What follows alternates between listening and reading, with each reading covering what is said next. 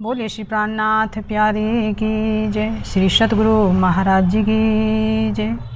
बंदो सतगुरु चरण को करो सुप्रेम प्रणाम।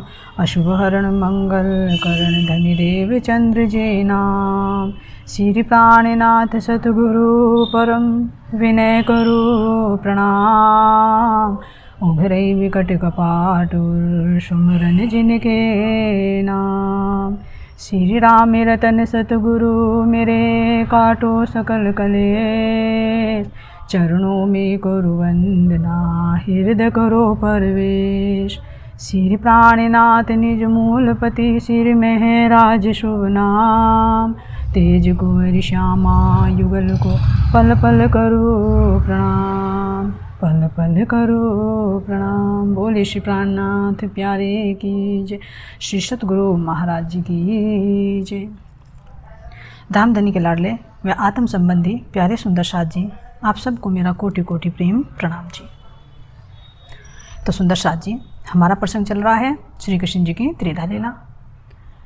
और अब हमने पिछली वीडियो में सुना कि किस तरह से हम ब्रज और रास खेलकर ब्रह्मधाम में जागृत हुए, कैसी अवस्था में, तंद्रावस्था में। और फिर तीसरा ब्रह्मांड बनाया गया जिसमें गोलोकी श्री कृष्ण जी ने अपनी लीलाएं की, जिसको प्रतिबिंबित लीला कहा। 11 वर्ष की तो वास्तविक लीला हुई थी, 52 दिन का जिसमें विरह हुआ था। लेकिन जो प्रतिबिंबित लीला हुई है वे दृश्यों के साथ हुई है, तो वो 11 दिन की लीला हुई है। 7 दिन गोकुल के रहे और 4 दिन मथुरा के गए। तो इस तरह से श्री कृष्ण जी पूरे अपने 100 वर्ष तो द्वारिका की लीला, और 14 वर्ष की लीला मथुरा की लीला, और 11 वर्ष की गोकुल की लीला, इस तरह से पूरे 125 वर्ष की लीला करके अपने वैकुंठ धाम में चले जाते हैं। अब जो तीसरा ब्रह्मांड बनता है, अब इसके बारे में हम चर्चा करते हैं कि किस तरह से तीसरा ब्रह्मांड बना। तो हमने पिछली वीडियो में जाना कि इस तीसरे ब्रह्मांड के कई कारण बने। एक तो मूल कारण बना है हमारा ही जो परमधाम में ब्रह्मात्माओं की इच्छा अधूरी रह गई थी, जो तंद्रावस्था में जागृत हुए। फिर अक्षर ब्रह्म की भी इच्छा रही थी। फिर यहाँ गोलोकी में जो गोलोकी श्री कृष्ण जी को और राधा जी को है ना आना था, यहाँ पर 100 वर्ष का विरह का जो श्राप लगा हुआ था श्री राम ने दिया था, तो वो भी कारण बना है। फिर यहाँ पर वेद इच्छाओं की जो इच्छा रही थी कि हमारे साथ में भी ऐसा रासरमण कीजिए, तो उनको भी यहाँ आने के कारण इसलिए तीसरे ब्रह्मांड की यहाँ पर ये रचना हुई। ये सबके कार्य अधूरे थे। ये जो पहले बना था जिसमें हमने 11 वर्ष और 52 दिन की ब्रज लीला की थी, उस ब्रह्मांड का तो लय कर दिया गया था। लेकिन फिर ऐसा ही हूबहू अक्षर की सूरत से ब्रह्मांड बना, जिसको तीसरा ब्रह्मांड यानी जागनी का ब्रह्मांड कहा जाता है। क्योंकि हमने 3 खंडों में हम लीला देख रहे हैं, ब्रज, रास और जागनी। ये जो 3 ब्रह्मांड, जो महाराज जी इनकी महिमा कह रहे हैं कि ये जो 3 ब्रह्मांड अब हुए, ऐसे हुआ ना होसी कब। इन तीनों में ब्रह्म लीला भई, ब्रज, रास और जागनी गई। तो किस तरह से हमने ब्रज में लीला करने के बाद में फिर योग माया के ब्रह्मांड में लीला की। लेकिन फिर रास लीला खेलने के बाद जब हमने अपने प्रियतम से विनती की कि प्रियतम, ये मिलना बिछुड़ना अच्छा नहीं लग रहा, हमें तो आप ऐसे घर लेकर चलिए जहां हम आपसे एक पल के लिए भी जुदा ना हो। तो ऐसी इच्छा जब हमने की तो प्रियतम ने हमें अपने मूल मिलावे में तंद्रा अवस्था में जागृत किया। पूर्ण रूप से जागृत नहीं हुए, तंद्रावस्था में, यानी खेल अभी चल रहा है। तो यहाँ पर जो हमारी इच्छा अधूरी थी खेल देखने की, वो रह गई। कौन सी सखियों की रही? वो तामसिक सखियों की। ब्रज रास लीला 2 माहे, दुख तामसियां देखन आई। प्रेम पियासो ना करे अंतर, सो देखे दुख क्यों कर। तो जो प्रेमिका होती है उसकी दृष्टि अपने प्रियतम पर ही लगी रहेगी, तो उसे दुख का अनुभव कैसे होगा। इसीलिए कह रहे हैं कि ब्रज और रास की दोनों लीलाओं में तामसिक सखियों ने दुख नहीं देखा। दुख का अनुभव तो हुआ, लेकिन जिस लेवल का होना चाहिए था वो नहीं हुआ। इसीलिए यहाँ पर जब हम अपने मूल मिला में जागृत हुए तो तंद्रावस्था में। तो इधर अक्षर ब्रह्म ने कैसी लीला की, अक्षर सृष्टि बनाकर दोबारा से सृष्टि चालू हो गई। और यहाँ पर गोलोकी विष्णु भगवान के और गोलोकी श्री कृष्ण जी की दोनों की लीला होने के बाद में विष्णु भगवान तो अपने बैकुंठ चले गए। अब यहाँ पर समय बीतता है, ये समय चलायमान है। जब तक हमारी तंद्रावस्था में हम धामधनी से बातें करते हैं, तब तक यहाँ द्वापर का समय बीतकर कलयुग का समय आ जाता है। और कलयुग के भी 3660 वर्ष का समय बीत जाता है, जब धामधनी अपना यहाँ पर हुक्म भेजते। कैसे भेजते? क्योंकि खेल में आने से पहले ही हमें धामधनी ने अच्छी तरह से समझाया था, हमसे वादा किया था कि तुम खेल में जा रही हो तुम मुझे भूल जाओगी, अपने आप को भूल जाओगी, अपने धाम को भी भूल जाओगी। तुम्हें जागृत करने के लिए मैं अपने रसूल को भेजूंगा, श्री श्यामा जी को भेजूंगा, और फिर मैं खुद भी तुम्हें जागृत करने के लिए आऊंगा। और तुम्हारे लिए वेद शास्त्रों में सब में तुम्हारी मैंने साक्ष्य लिखवा दी, एक साक्षी के बीच पर।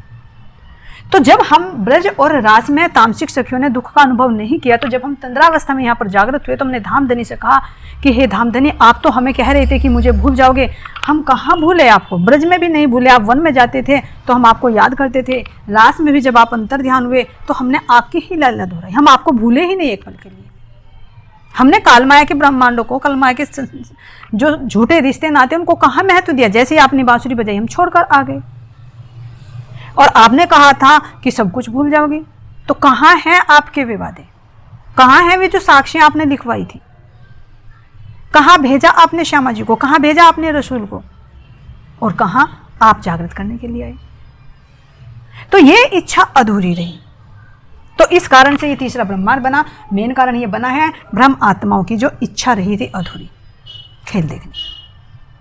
तो अभी हमारी बात हो रही है, लेकिन धामधनी ने देखा अरे मेरी ब्रह्म आत्माओं की तो इच्छा अभी अधूरी है, तो उन्होंने तुरंत हुक्म दे दिया, ये सृष्टि बन गई। तो अब यहाँ पर जब कलयुग का समय बीत गया, कलयुग चालू हो गया और उसके भी 3660 वर्ष व्यतीत हुए, तो राज्य महाराज जी ने अक्षर ब्रह्म की आत्मा पर ही, जैसे ब्रज में और राज में अक्षर ब्रह्म की आत्मा पर जोश था, इसी तरह से राज्य महाराज जी ने अक्षर ब्रह्म को हुक्म दिया कि तुम जाओ। और कहाँ से जाओ?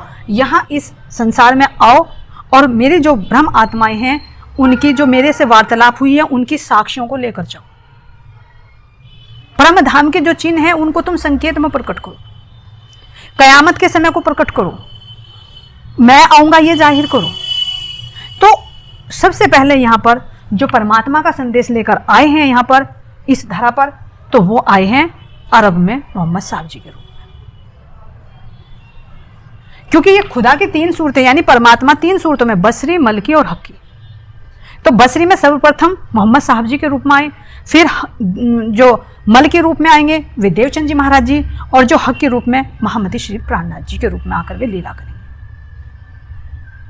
तो यहाँ पर जो मोहम्मद साहब थे जिनका शरीर का नाम मुस्तफ़ा बेग था, तो उनके अंदर अक्षर ब्रह्म की आत्मा, और अक्षर ब्रह्म की आत्मा के ऊपर राज्य महाराज जी ने हुक्म डाला था, अपना जोश डाला था कि तुम जाओ और मैं तुम्हें यहाँ पर जो संकेत दे रहा हूँ उनको तुम जाहिर करो। तो मोहम्मद साहब जी को यहाँ पर रहते हुए जब उनका समय 40 वर्ष की उनकी आयु होती है, तो उन्हें खुदा के दर्शन होते हैं। पूर्ण आयु तो मोहम्मद साहब की 63 वर्ष इस संसार में रहे, लेकिन जो खुदा का दर्शन हुआ तो उन्हें 40 वर्ष की अवस्था में हुआ, और 23 साल जो बचे हैं तो उस 23 साल में उन्होंने उस परमात्मा के संदेश को पहुंचाया। अब यह है कि राज्य महाराज जी का आवेश, ये कहते हैं कि मुसलमानों में क्यों आया, क्योंकि अब हमारी जो ब्रह्म आत्माएं हैं हर संप्रदाय में उतरनी थी। पहले तो जब हम ब्रज में थे, जब हमने 11 वर्ष की लीला की, तो उस समय तो हम सब स्त्री के रूप में थे, एक ही जगह थे गोकुल के अंदर। लेकिन जब देखा कि मेरी ब्रह्मात्माओं की इच्छा अधूरी रह गई, तो इस बार उन्होंने हर संप्रदायों में अलग अलग देश में अलग अलग वेशभूषाओं में ब्रह्मात्माओं को उतारा, स्त्री के रूप में भी पुरुष के रूप में। तो सर्वप्रथम यहाँ पर जो मुस्लिम लोग थे वे ज्यादा नियमों में नहीं बंधे हुए थे, तो उनके लिए सर्वप्रथम ये ज्ञान भेजा है तो ब्रह्मात्माओं के लिए, लेकिन उनको एक अच्छे नियम में बांधने के लिए। इसीलिए महाराज जी कहते हैं कि वेद आया देवन पर, असुरन पे कुरान। तो कुरान में मोहम्मद साहब को ज्ञान लेकर भेजा कि जो जीव बिल्कुल निष्क्रिय रहते हैं, बुत बना बना कर पूजते हैं, मारते हैं, काटते हैं, तो तुम उनको जाओ और एक इस्लामिक शरीयत में बांधो। तो मोहम्मद साहब ने आकर यहाँ पर शरीयत की राह चलाई, क्योंकि 4 अवस्थाएं बताई जाती हैं, शरीयत, तरीकत, हकीकत और मार्फत। जिसे हम अपने ग्रंथों के हिसाब से देखें तो शरीयत को जैसे कर्मकांड, तरीकत को उपासना, हकीकत को यथार्थ ज्ञान, और जो मार्फत होता है उसको विज्ञान की अवस्था कहा जाता है। यानी कतेब की भाषा से देखें तो शरीयत है, तरीकत है, हकीकत है और मार्फत है। अगर वेदों के हिसाब से देखें तो कर्मकांड, उपासना, ज्ञान और विज्ञान। तो यहां पर यह ज्ञान दिया किसके माध्यम से? मोहम्मद साहब जी के माध्यम से। तो मोहम्मद का मतलब क्या होता है? मोहम्मद का, ये उर्दू का शब्द है, मोहम्मद का अर्थ होता है यानी जो परमात्मा के द्वारा प्रशंसित हो। इसीलिए मोहम्मद की 3 सूरतें बताई हैं, उसमें हमारे देवचंद जी महाराज जी और हमारे प्राणनाथ जी महाराज जी भी आते हैं। तो भले ही शब्द उर्दू का है ये, लेकिन इनके जो शरीर का नाम था वो मुस्तफा बेग था। इनके अंदर धामधनी के हुक्म ने कार्य किया। परमात्मा के लिए अलग कोई वेशभूषा नहीं है, वो परमात्मा सबका है, चाहे उसे कोई खुदा कहे चाहे परमात्मा कहे। हम यहाँ की बुद्धि में आकर, सोपन की बुद्धि में आकर ही परमात्मा के अलग अलग नामों में मतभेद कर देते हैं। इसीलिए महाराज जी कह रहे हैं कि जुदे जुदे नाम गावे, जुदे जुदे भेक अनेक, जिन कोई झगड़ो आप में धनी सबों का एक। जुदा जुदा नाम कहे गए हैं, लेकिन है तो वो परमात्मा एक ही, चाहे हिंदू हो चाहे मुस्लिम हो, सबका एक परमात्मा है। वो खुदा कहते हैं, हम परमात्मा कहते हैं। लेकिन यहाँ की बुद्धि में आकर, देह दृष्टि से आकर अलग अलग भेदभाव हो जाते हैं बाह्य स्थिति को देखकर। इसीलिए कह रहे महाराज जी कि सबका मतभेद हो गया। हिंदुओं ने अपने वेद कथे पकड़ लिए, मुसलमानों ने अपनी कुरान पकड़ ली, और इनको पकड़कर हिंदू कहे उत्तम, मुसलमान कहे हम पाक। लेकिन श्री जी कहते हैं कि दोनों मिट्टी एक ठोर की, एक राख और दूसरी खाक। एक ही मिट्टी तत्व है, एक को जला दिया जाएगा तो राख हो जाएगी, और एक को दफना दिया जाएगा तो खाक हो जाएगी। लेकिन ये तो दोनों उसी बंदे, उसी परमात्मा के बंदे हैं। तो अब यहां से जो ये बनती है कि मोहम्मद साहब से भी कहा जाता है कि जो ये सृष्टि बनी कि मोहम्मद हक के नूर से, मोहम्मद हक के नूर से हुई दुनिया मोहम्मद के नूर, इन बात में शक जो लाइया सो रहे दिन से दूर। अब ये मोहम्मद कहाँ का है कि हुआ मोहम्मद हक के नूर से, यानी मोहम्मद कोई शरीर का नाम नहीं। अभी बता कि उनके अंदर जो शक्ति है, जो परमात्मा के द्वारा प्रशंसित है, उसके लिए महाराज जी कह रहे हैं कि मोहम्मद हुआ हक के नूर से, यानी उनके अंदर अक्षर ब्रह्म की आत्मा है। तो अक्षर ब्रह्म किसका नूर है? अक्षरातीत का नूर है, पूर्ण ब्रह्म परमात्मा का नूर है अक्षर ब्रह्म। तो इसलिए कहा है कि अक्षर ब्रह्म की आत्मा उनके अंदर, तो हक के नूर से मोहम्मद, और मोहम्मद के नूर से भई दुनिया। तो अक्षर ब्रह्म ही तो सृष्टि को बनाता है। तो वो जब मुस्तफा बेग के रूप में आए हुए तो वे क्या कहलाए हैं? मोहम्मद साहब कहलाए। वही शक्ति जब ब्रज में श्री कृष्ण जी के रूप में आई तो वे श्री कृष्ण कहलाए। रास की में लीला की तो भी श्री कृष्ण जी कहलाए। भाषा यहाँ की भाषाओं के आधार पर नाम अलग अलग है, लेकिन शक्ति तीनों में वो एक ही है। अक्षर ब्रह्म की आत्मा पर धामधनी का जोश है। इसीलिए जब यहाँ पर मोहम्मद साहब के रूप में अक्षर ब्रह्म की आत्मा आई तो वो क्या कहलाई? श्याम कहलाई। इसलिए मोहम्मद साहब को श्याम भी कहा गया। और हमारे कतेबों में देखो तो श्री कृष्ण जी को श्याम कहा, और राज्य महाराज जी तो है श्याम, राज श्यामा जी, श्याम श्यामा जी। तो यही शक्ति, कौन सी शक्ति? जो रास लीला में थी। रास लीला खेल के आए बरारब श्याम,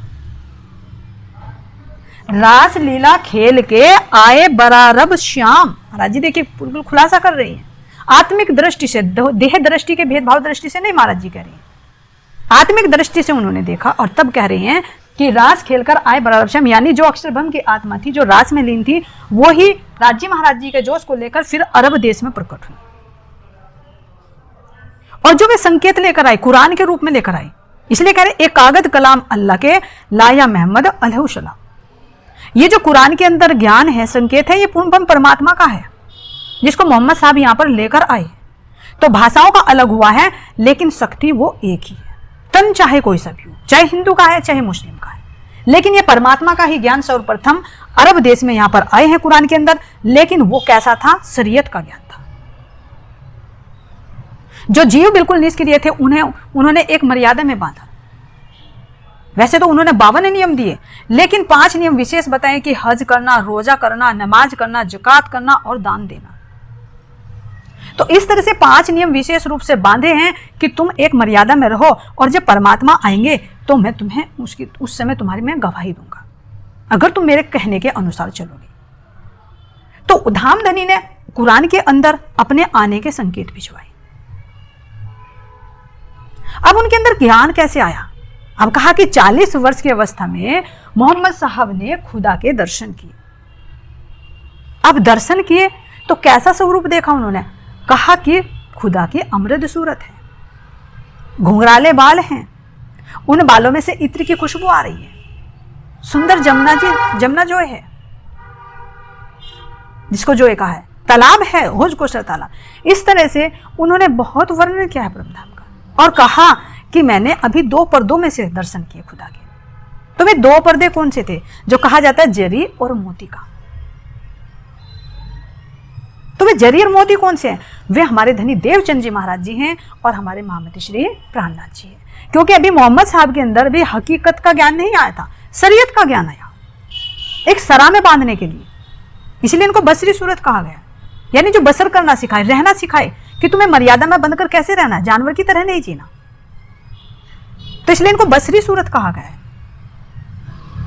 तो इन्होंने यहां पर आकर कुरान के अंदर 5 नियम दिए और उनको एक मर्यादा में बांधे कि तुम्हें इन नियमों का पालन करना है और जब खुदा आएंगे तो मैं तुम्हारी गवाही दूंगा। तो जब 40 वर्ष की अवस्था में उन्होंने दर्शन किए तो वे 2 पर्दों के अंदर से किए, जरी और मोती का। तो वो अभी शरीयत का ज्ञान था, हकीकत और मार्फत का ज्ञान अभी छिपा हुआ था। लेकिन फिर भी उन्होंने खुदा के जो दर्शन किए तो उन्होंने उनसे 90,000 हरफ सुने। अब देखिए, कहते हैं कि खुदा को तो निराकार है, उसकी कोई सूरत नहीं है, बेचू है, बेचगुन है, बेसबी है, बेनमून है, कि वो तो निराकार निर्गुण है। लेकिन जब अगर वो निराकार है, उसका कोई आकार नहीं है, तो अब ये देखिए मोहम्मद साहब ने जब दर्शन किए तो वो कोई स्वरूप है ना, अमृत सूरत बताई, किशोर स्वरूप बताया, घुंघराले बाल बताए हैं, तो वो स्वरूप का वर्णन किया। लेकिन जो कहा कि बेचून है, बेचगुन है, बेसबी है, बेनमून है, तो वो क्या कहा कि बेनमून, यानी उसका नमूना यहां पर नहीं दे सकते, ऐसे खुदा की सूरत है। बेचगुन है यानी इन 3 गुणों से परे है। बेसबी यानी उसका वर्णन नहीं कर सकते, अवर्णनीय है, वो शब्दों से परे, इसीलिए हमारी भाषा में अक्षरातीत कहा है। तो जब मोहम्मद साहब ने उनके दर्शन किए और उनसे 90,000 हरफ सुने तो खुदा ने उनको हुक्म दिया। अब किसको हुक्म दे रही हैं? अक्षर ब्रह्म है, अक्षर ब्रह्म के अंदर जो उनका जिब्राइल है यानी जोश है, वो परम धाम का ज्ञान लेकर आता था और मोहम्मद साहब का जो मुस्तफ़ा बेग का जो तन था, उस तन से वे आयतें प्रकट होती थी। इसीलिए कहा कि असरा जो जिब्राइल फरिश्ता था वो आयतें लेकर आता था। तो जब उन्होंने सर्वप्रथम जब खुदा के दर्शन किए तो 90,000 हरफ सुने, तो परमात्मा ने यानी खुदा ने उनको हुक्म दिया कि तुम जाकर इसमें से केवल 30,000 हरफ ही जाहिर करना और जो 30,000 हकीकत के हैं उनको तुम गुप्त रखना, और जो बाकी 30,000 बचे तो उनको हम आखिर में खुद आएंगे और खुद उनको प्रकट करेंगे। इसीलिए तारतम वाणी के अंदर श्री जी कहते हैं कि कहिया सुबह ने मुझको हरफ 90,000, 30 तुम जाहिर करो, 30 तुम पर अख्तियार, बाकी जो 30 रहिए सो राखियो तुम छिपाए, बका द्वार खोल सी आखिर को हम आए। तो ये पुनः परमात्मा ने उनको हुक्म दिया कि तुम 30,000 तो जाकर जाहिर कर दो जो शरीयत के हैं, लेकिन जो हकीकत के हैं उनको तुम अगर पात्र समझो तो बता दो, नहीं तो गुप्त रखो, और जो बाकी 30,000 हैं उनको तो हम आखिर में जब परमधाम का द्वार खोलेंगे, बका दरवाजा खोल से आखिर को जब हम आएंगे तो उसको हम ही जाहिर करेंगे। और यही खुदा की पहचान होगी, यही इमाम मेहंदी की पहचान होगी कि जो इन हरफों को खोल देगा, जो कुरान के अंदर भी अलिफ लाम मीम है, तीनों का खुलासा कर देगा। तो इसी तरह से मोहम्मद साहब जी के माध्यम से धामधनी ने यह शरीयत का ज्ञान दिलवाया। तो ये जो इस्लाम धर्म चला, ये ब्रह्म आत्माओं की साक्षी के लिए ही चला है, क्योंकि ब्रह्म आत्माएं हर संप्रदाय में आई है। इसीलिए कह रहे हैं कि नारायण और नबी की जो सनद आती है कि जो नारायण जी ज्ञान लेकर आते हैं, अवतार लेकर आते हैं तो बैकुंठ से आते हैं, लेकिन जो नबी है वो ज्ञान लेकर आए हैं, परमात्मा की पहचान लेकर आए हैं, वे इस चौथे आसमान से आए हैं, जिसको अगर कतेब की भाषा से देखें तो नाशूत, मलकूत और जबरूत और लाहूत, ये 4 आसमान है। नाशूत, मलकूत, जबरूत और लाहूत। अगर हम अपने वेदों के हिसाब से देखें क्यों तो क्या कह रहे हैं? नासूत को क्या कहा है? मृत्युलोक, मलकूत को बैकुंठ, जबरूत को अक्षरधाम और लाहूत को परमधाम। तो शब्दों का फेर है, बात एक ही है। तो जितने भी अवतार हुए हैं, जो भी ज्ञान लेकर आए हैं, विष्णु भगवान के जितने भी अवतार होते हैं वे अवतार विष्णु भगवान के बैकुंठ से हुए हैं, और जो मोहम्मद साहब जो ज्ञान लेकर आए हैं वो इस चौथे आसमान, जिसको अर्श अजीम का है, जिसको परमधाम कहा है, वहां से ये ज्ञान लेकर आए हैं। लेकिन कैसा ज्ञान रहा? संकेत में ज्ञान रहा, संकेतों में लिखा, खुलासा नहीं किया। और कैसे थे? 90,000 अरब। लेकिन वो जो कुरान, असली कुरान थी, वो तो अब नहीं है, अब 75,000 हरफ कुरान के अंदर मिलते हैं, तो वे और जोड़ दिए गए। जैसे इस इस्लाम धर्म को और गलत बना दिया कि मार काट करो। कहीं मोहम्मद साहब ने कभी नहीं कहा कि तुम जीवों की बलि दो, तुम काफिरों को मारो, कहीं नहीं कहा। काफिर क्या, हमारे अंदर की अज्ञानता, उसको कहा। लेकिन उसके बातूनी अर्थ ना लेके जाहिरी अर्थ ले लिया। क्यों ले लिया? क्योंकि सौपन की बुद्धि थी, तो सौपन की बुद्धि ने जाहिरा शरीर पर ही घटित कर दी। जितने भी कुरान के अंदर लिखे हुए हैं सबको यहीं पर घटित कर दी। तो कुरान के अंदर जो आयतें उतरी थी उनके अंदर पूर्ण साक्षी थी, हमारे ब्रज और रास की भी साक्षी थी। इसीलिए तो मोहम्मद साहब को श्याम स्वरूप कहा है। जो गोकुल के अंदर हमारी जब इंद्र का प्रकोप हुआ था, जिसको हुद तूफान कहते हैं, तो उसको कुरान में हुद तूफान कहा गया। जो इंद्र का प्रकोप हुआ, जो योग माया का ब्रह्मांड को लेकर दिया गया था, उसको नूह तूफान कहा गया है। सारी साक्षियां हैं, बस भाषाओं का अंतर है। भाषा जुदी जुदी हो गई, जिसके कारण ये इतने मतभेद हो गए। तो कुरान के अंदर जो देवी देवता है उनका भी वर्णन आता है। त्रिदेवा है, तो उनको इन्हीं की भाषा से ब्रह्मा जी को मैकाई, विष्णु जी को अजाजिल और शंकर को इजराइल कहा है। जो 14 लोक ब्रह्मांड है उसको 14 तबक कह के वर्णन किया गया है। जो इससे ऊपर महाशून्य है उसको अंधेरी पाल कहकर वर्णन किया गया है। जो ब्रज के अंदर हमारा पर्वत था, जो गोवर्धन पर्वत श्री कृष्ण जी ने, उसको कोहिनूर पर्वत कहकर वर्णन किया गया। तो अब ये देखिए कितने, अगर वो देखें तो सब भाषा अलग अलग हो गई, लेकिन जो हमारे वेदों में है वही कतेबों के अंदर है।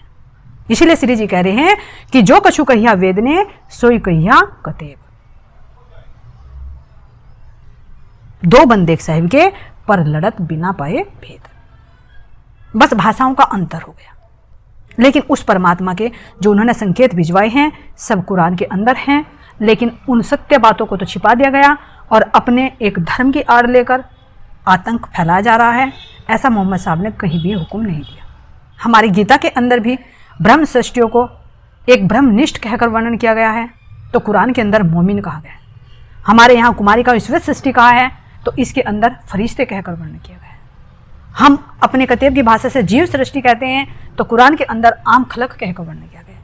जो हमारे मुक्ति धाम है इनको हम मुक्ति स्थल कहते हैं और इनमें बहिश्ते कहकर वर्णन किया गया।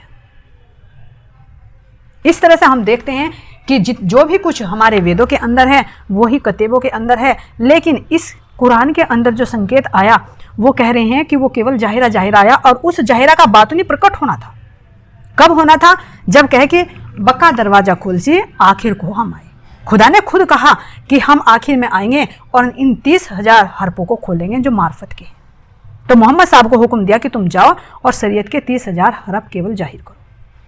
तो मोहम्मद साहब ने यहाँ पर 30,000 हरफों को जाहिर किया और कहा कि तुम इनको फॉलो करते रहो, और आखिर में जब इमाम मेहंदी आएंगे तो हम भी उनके साथ में प्रकट होंगे। तो 9वीं शताब्दी में मोहम्मद साहब जी आए और उन्होंने वादा किया कि करई शरत 10वीं 11वीं आखिर को हम आए। जो रूहे थी ब्रज रास में सो आवे दूजी भी। कुरान में अंदर कहा कि हम 10वीं और 11वीं शताब्दी में फिर आएंगे, इमाम मेहंदी के साथ प्रकट होंगे, और जब प्रकट होंगे तो हमारे बाद में जो ब्रज और रास में रूहे थी वे भी फिर आएंगे। तो उन साक्षी भी हम परमात्मा की। तो मोहम्मद साहब के साथ में केवल धानी का हुक्म था अक्षरब्रह्म की आत्मा पर, हम रूहें अवतरित नहीं होती। अभी हम अपने परम धाम के अंदर तंद्रावस्था में धामधनी से बातें कर रहे थे और हमारी सूरता ब्रज लीला से बंधी हुई थी, लेकिन इतने में यहाँ पर समय बीत गया। बीतते बीतते कौन सा चल गया, ये 28वां कलयुग का समय आ गया। इस 28वें कलयुग के भी 3660 वर्ष व्यतीत हो चुके, और उसके बाद में 63 वर्ष तक मोहम्मद साहब ने रहकर यहाँ पर खुदा का वो पैगाम दिया जिसके अंदर परमात्मा के आने की साक्षी थी, जो बीत चुकी थी ब्रज और रास, जिसको लैल तुल और कद्र कहा। लैल तुल कद्र की महिमामान रात्रि। तो ये कौन सी है? लैल तुल कद्र यानी ब्रज, रास और जागनी। तो यही तो महिमामान रात्रि है। कैसी रात्रि है? क्योंकि हम अपने परमधाम में बैठे हुए इस सौपन को देख रहे हैं, तो जिसके 3 खंड बनाए। तो ये 3 खंडों की साक्षी कुरान के अंदर भी है कि किस तरह से ब्रज और रास में जो दुर्वेती में फिर आएंगी दूसरी बेर, उनके लिए मैं संकेत लेकर आया हूँ, और जब इमाम मेहंदी आएंगे तो मैं भी आऊँगा। तो इस तरह से कुरान के अंदर बहुत संकेत लेकर आए, कयामत का संकेत लेकर आए, कि जब 11वीं शताब्दी होगी तो कयामत आएगी।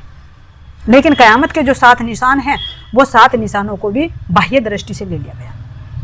उसके बात नहीं है कि कयामत कब जाहिर होगी। कयामत का दो अर्थ होता है, कायम की गई मति यानी जागृति बुद्धि।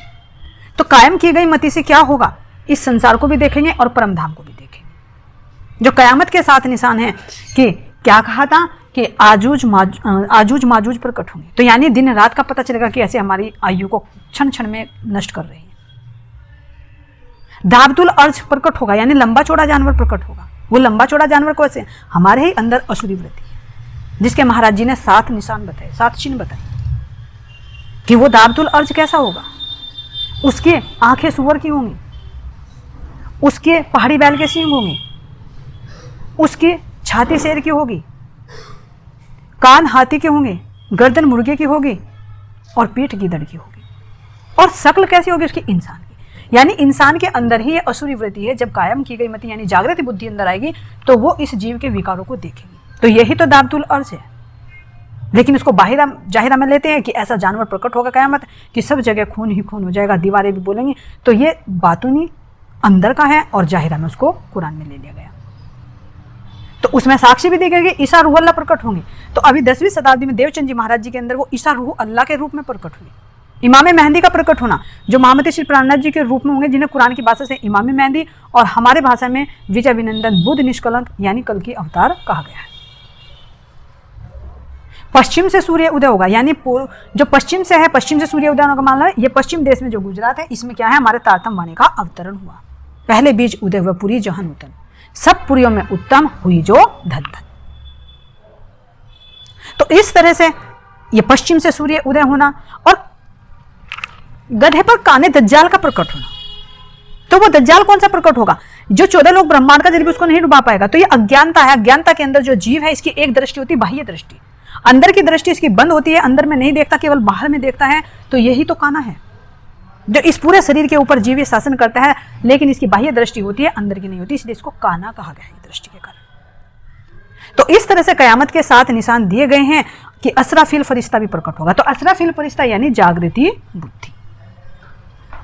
तो आजूज माजूज का प्रकट होना, दाबतुल अर्ज का प्रकट होना, ईसा रूह अल्लाह का प्रकट होना, असराफिल फरिश्ते का प्रकट होना और जो है इमाम मेहंदी का प्रकट होना। तो इमाम मेहंदी कौन सा बताएं, यानी जो खुद विजय विनंदन निष्कलंक बुद्ध अवतार जो प्राणनाथ जी के रूप में प्रकट होंगे। तो ये इस तरह से कयामत के निशान दिखे गए हैं कि ऐसे ऐसे 11वीं शताब्दी में कयामत होगी। और खुदा क्या है, खुदा परमात्मा पर्दे में आएंगे। पर्दे का मतलब वो मुस्लिम तन में ना आकर हिंदू के तन में आएंगे। तो इसलिए महामती प्राणनाथ जी के अंदर ही वे पूरी शक्ति प्रकट हुई है। और मोहम्मद साहब भी जब मेड़ता में धनी जी घूम रहे थे, बाग में घूम रहे थे, तो जब उन्होंने अजान सुनी कि ला इलाहा इल्लल्लाह, यानी अरे कुरान के अंदर भी वही बात है और हमारे शास्त्रों के अंदर भी यही है, क्षर अक्षर और अक्षरातीत। तो उन्होंने जब ये देखा तो उन्हीं के अंदर वो मोहम्मद साहब की जो शक्ति थी वो भी प्रवेश कर जाती है। तो इस तरह से पहले कुरान के अंदर वो संकेत लेकर आए। बहुत कुछ लिखा हुआ है कुरान में, लेकिन असली को ढक दिया गया और जो अपने स्वार्थ की बातें हैं उनको उजागर कर दिया गया।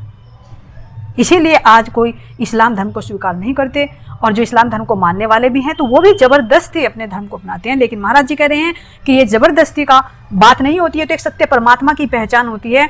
जब तुम अपनी देह दृष्टि को छोड़कर आत्मिक दृष्टि से देखोगे तो तभी तुम्हें समझ में आएगा कि ये एक खेल में संसार के अंदर है, तेरा मेरा, हिंदू मुस्लिम, परमात्मा सबका एक है।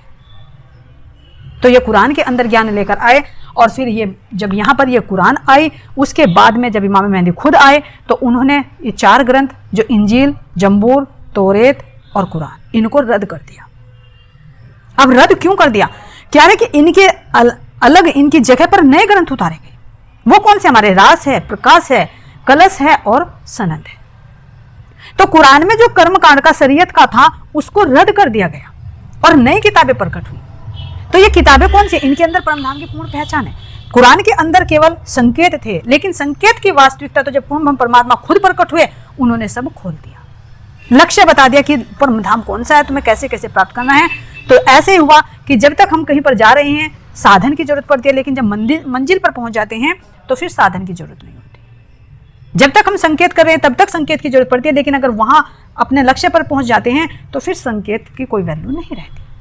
इसी तरह से कह रहे हैं कि ये कुरान जो है ये रद्द कर दी और इनकी जगह ये धामधनी ने, पूर्ण ब्रह्म परमात्मा ने ही, जिन्होंने अपने हुक्म से कुरान में संकेत लिखवाए थे, उनको रद्द करके फिर जब प्रकट हुए खुद, तो उन्होंने ये नए ग्रंथ उतारे जो हमारे तारतम वाणी के 14 भागों में से प्रथम भाग रस है, रास है, प्रकाश है, कलश है और सनद है।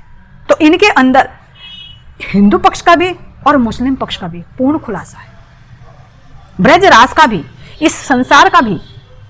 क्या कौन से ग्रंथ ने कहा है, सबका सार इस तारतम वाणी के अंदर है। इसीलिए इसको कुल जमा कहा है, कुल जम स्वरूप, यानी सब शास्त्रों का सार। तो अगर इसी तारतम वाणी का मनन करते हैं, पठन करते हैं, श्रवण करते हैं, तो सब शास्त्रों की साक्षी प्राप्त हो जाती है और अंदर का ये द्वैत भाव खत्म हो जाता है। तो मोहम्मद साहब तो यहाँ भाईचारा प्रेम प्रकट करने के लिए आए थे, लेकिन जाहिरा दृष्टि होने के कारण इसी को एक लड़ाई का मुद्दा बना दिया गया, झगड़े का मुद्दा बना दिया गया, द्वैत में बांट दिया गया। परमात्मा एक ही है, लेकिन कहते हैं कि तुम्हारा खुदा है और मेरा परमात्मा है, जबकि वो शक्ति एक ही है, धनी सबों का एक। तो ऐसे मोहम्मद साहब जी यहाँ पर कुरान लेकर आए, कुरान के अंदर वेद शास्त्रों के सारी साक्ष्यां लेकर आए, ब्रजराज की साक्ष्यां लेकर आए और ये भी कहा कि अंत में इमाम मेहंदी खुद प्रकट होंगे, उनके साथ में मैं भी आऊंगा और जो रूहें ब्रजराज में थी वे भी दूजी बेर यहाँ पर आएंगी। तो अब मोहम्मद साहब के 63 वर्ष की लीला होने के बाद में जब वे अपने तन को छोड़ देते हैं, तो उनके बाद में हमारी श्यामा जी प्रकट होती है। 990 मास नव हुए रसूल को जब रूह अल्लाह मिसल गाजियो मोमिन उतरे तब। तो जो हम परम धाम में रूहें थी, यहाँ पर ये हुक्म हो जाता है, शरीयत का ज्ञान देकर मोहम्मद साहब चले जाते हैं और फिर हमारी श्री श्यामा जी धनी देवचंद जी के रूप में गुजरात के जामनगर में धनी देवचंद जी के रूप में प्रकट होती है, जिनके अंदर वो जागृत बुद्धि आती है और हकीकत का ज्ञान आता है। अभी मोहम्मद साहब के साथ में जागृत बुद्धि नहीं थी, धनी के हुक्म से लिखवा दिया गया था, लेकिन जागृति बुद्धि जो अभी ब्रजराज ने जिसको अखंड किया था, वो ही जागृत बुद्धि अब यहाँ पर धनी देवचंद जी के अंदर प्रवेश करेगी। अब तक क्या थी, सौपन की बुद्धि थी, चाहे हम ब्रज में थे, चाहे रास में थे, चाहे अरब में मोहम्मद साहब के रूप में आए हैं। एते दिन त्रिलोक में हुती जो बुद्ध सुपन, सो बुद्ध जी बुद्ध जागृत लेकर प्रकटे पूरी नूतन। तो ये तारतम ज्ञान के साथ में जागृत बुद्धि भी धनी देवचंद जी के अंदर आकर प्रकट होती है और वो आगे कैसे कैसे लीलाएं करती हैं, ये तो मोहम्मद साहब ने शरीयत का ज्ञान दिया। अब हकीकत की जो वास्तविकता है वो धनी देवचंद जी महाराज जी के माध्यम से प्रकट होती है और जो मार्फत की है वो हमारे महामती श्री प्राणनाथ जी के माध्यम से प्रकट होती है। तो ये हमारा कौन सी लीला है, ये हमारी तीसरे दिन की लीला, क्योंकि 5 दिन का वर्णन कुरान के अंदर आता है। तो ये 5 दिन की लीला कौन सी है, पहला दिन हमारा ब्रज का है, दूसरा दिन हमारा रास का है क्योंकि रास की लीला में पहुंचे, और तीसरा दिन ये है जब मोहम्मद साहब अरब में उस परमात्मा का ज्ञान लेकर आए कुरान के माध्यम से। ये कुरान हमारे वास्ते भेजिए, हमारे वास्ते भेजिया रसूल, हमारे वास्ते भेजिया फुरमान। धामधनी ने हमारे लिए ही कुरान भेजिए, हमारे लिए ही मोहम्मद साहब को भेजा है। तो ये तीसरे दिन की लीला है। और चौथे दिन की लीला हमारी धनी देवचंद जी महाराज जी की, 5वें दिन की हमारे महामती श्री प्राणनाथ जी की, 6ठे दिन रूहों का है और 7वें दिन अपने परमधाम में मूल मिलय में जागनी है। इसीलिए कुरान में जो 7 दिन की लीला की गई कि जुम्मे के दिन खुदा के यहाँ जाएंगे, तो वही है शुक्रवार, यानी शुक्र जब परमात्मा की मेहर होगी तो सब रूहें अपने धाम में जागृत हो जाएंगी। ये 6 दिन की लीला करने के बाद 7वें दिन अपने परमधाम में जागृति की लीला है। तो ये 7 दिन का वर्णन है। 7 दिन यहाँ जाहिरा में है जिसको बाहर से दृष्टि से ले जाता है, लेकिन ये 7 दिन बातूनी है। तो ये हमारे 7 दिन की लीला होती है। तो तीसरे दिन की लीला मोहम्मद साहब की हुई और चौथे दिन की लीला में जो हमारे धनी देवचंद जी की हुई है, उन्होंने कैसे कैसे जागने की, कैसे कैसे रूहों को जगाया, कैसे उनके अंदर धामधनी ने प्रवेश किया, इसका वर्णन आगे की वीडियो में किया जाएगा। बोलिए श्री प्राणनाथ प्यारे की जय, श्री सतगुरु महाराज जी की जय, श्री पन्ना धाम की जय, सर्व सुंदर साथ की जय। प्रणाम जी, सभी सुंदर साथ को प्रेम प्रणाम जी।